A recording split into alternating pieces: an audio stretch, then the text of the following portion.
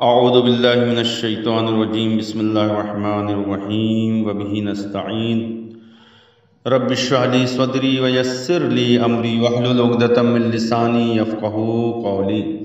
آج کی حدیث جیسا کہ امام حسین علیہ السلام نے ارشاد فرمایا، لا تقولن فی اخیک المؤمن اذا تباری عنک الا مثل ما تحب ان يقول فيك اذا تواريت عنه۔ امام حسین علیہ السلام نے ارشاد فرمایا کہ اپنے برادر مومن کے بارے میں اس کی غیر موجودگی میں کچھ نہ کہو سوائے ایسی بات کے کہ جسے تم پسند کرتے ہو کہ وہ تمہاری غیر موجودگی میں کہے۔ کتاب کنز الفوائد جلد نمبر 2 صفحہ نمبر 32۔ مطلب کیا ہوا حدیث کا، اس کا معنی اور اس کا میننگ کیا ہے؟ مطلب یہ کہ انسان کو اپنے برادر مومن کی غیبت میں، اس کی غیر موجودگی میں اس کے بارے میں کوئی ایسی بات نہیں کہنا چاہیے کہ جس کو وہ ناپسند کرتا ہے، اس کو وہ پسند نہیں کرتا ہے، اس کی برائی کرنا، اس کے نقائص کو نکالنا، اس کی کمیوں کو نکالنا۔ ظاہر سی بات ہے اگر کوئی ہمارے سلسلے میں اسی چیز کو بیان کرے، اسی طرح کی باتیں کرے تو ہم کو بھی برا لگے گا، آپ کو بھی برا لگے گا۔ کیا کوئی ایک شخص ایسا چاہتا ہے کہ مطلب وہ راضی ہوگا کہ اس کی غیر موجودگی میں کوئی شخص جو ہے اس کی برائی کرے، اس کے نقائص کو بیان کرے، اس کے مثلا جو کمیوں کو نکالے؟ یہ جو ہے انسان کوئی بھی برداشت نہیں کرتا۔ جب ہم نہیں برداشت کر رہے ہیں تو پھر ہمیں ایک برادر مومن کے سلسلے سے بھی اسی چیز کا جو ہے مطلب خیال رکھنا چاہیے کہ کوئی ایسی بات نہ کہیں اس کی غیر موجودگی میں کہ جو اس کو ناپسند ہو، وہ پسند نہ کرتا ہو۔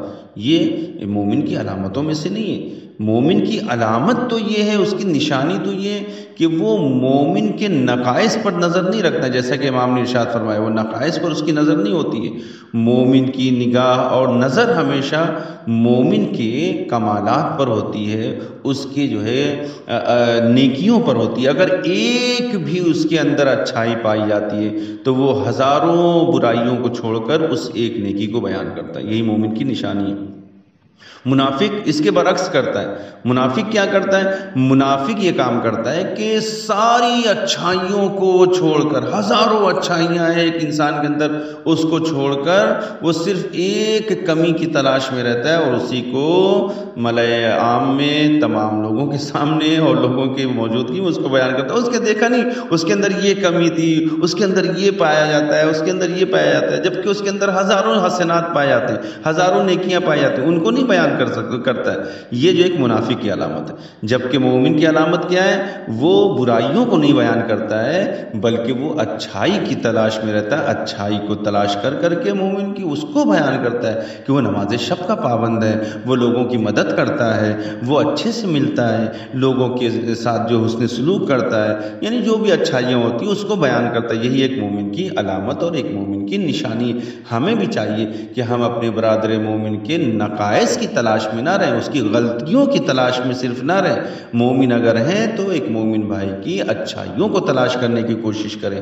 دیکھیں کہ اس کے اندر کوئی تو ایک اچھی چیز ہوگی، کوئی تو ایک اچھی صفت ہوگی، خداوند عالم اسی چیز کو پسند کرتا ہے اور ہمیں بھی اسی پر عمل کرنا چاہیے۔ جیسا کہ جناب موسیٰ علیہ السلام کا وہ واقعہ مشہور ہے کتے کا، کہ جو راستے میں آپ نے ایک نحیف اللاغر اور بدبودار کتے کو دیکھا اور آپ نے جو وہاں سے جو ہے کیا نام ہے منہ کو پھیرتے ہوئے آگے بڑھ گئے۔ جب جو کوہ طور پر پہنچے تو خداوند عالم نے آپ سے کہا کہ موسیٰ یعنی ہم تم سے بات نہیں کر سکتے۔ آواز دی، ایک دن آواز دی، 2 دن آواز دی، خداوند عالم کی طرف سے کوئی جواب جب نہیں آیا، پیغام جب نہیں آیا تو جناب موسیٰ نے پوچھا پروردگار عالم تو کیوں مجھ سے ناراض ہے؟ تو مجھ سے باتیں کرتا تھا، تیرا کلیم تیرے سامنے کھڑا ہوا ہے تو آواز قدرت آئی ہے۔ موسیٰ وہ بھی تو میری مخلوق ہے، تم بھی میری مخلوق ہو، آخر تم میں اور اس میں فرق کیا ہے؟ تو جناب موسیٰ نے ساری چیزوں کو جب بیان کیا تو خداوند عالم نے کہا کیا اس کے اندر کوئی ایک اچھی چیز نہیں تھی؟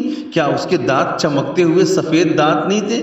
تو اشارہ یہ کہ اگر ایک اچھائی بھی پائی جاتی ہے تو انسان کو اس کو بیان کرنا چاہیے، اور مومن اگر ہے تو وہ نقائص کو نہیں بیان کرتا ہے۔ خیر، خداوند عالم ہم سب کو توفیق دے کہ ہم صحیح معنوں میں ایک دوسرے مومن برادر مومن کا، اس کی عزت کا، اس کے احترام کا خیال رکھ سکیں، یہی ایک مومن کی نشانی۔ جیسا کہ روزانہ مسائل کو ہم بیان کر رہے ہیں، نماز جماعت کے سلسلے میں مسائل کو بیان کر رہے تھے، آج ہم ایک مسئلہ آپ کے سامنے بیان کرتے ہیں کہ نماز جماعت جب ہم پڑھ رہے ہیں تو اس میں ہمیں یہ علم ہونا چاہیے کہ اس میں کون سی ایسی چیز ہے کہ جو مکروہ ہے نماز جماعت میں، اور جب ہم نماز پڑھ رہے ہیں جماعت سے تو اس کا ہمیں خیال رکھنا چاہیے بہرحال۔ تو آئیے دیکھتے ہیں پہلے مسئلے میں کیا ہے کہ نماز کے مکروہات کیا ہیں۔ تو آج ایک مسئلے کو بیان کرتے ہیں، انشاءاللہ باقی مسئلے کو کل بیان کریں گے۔ تو نماز میں مکروہ یہ ہے کہ انسان پہلی صف میں یا جو آگے کی صف میں اگر جگہ خالی ہے تو وہ دوسری صف میں علیحدہ کھڑا ہو تو یہ اس کے لیے مکروہ ہے۔ مطلب کیا ہوا؟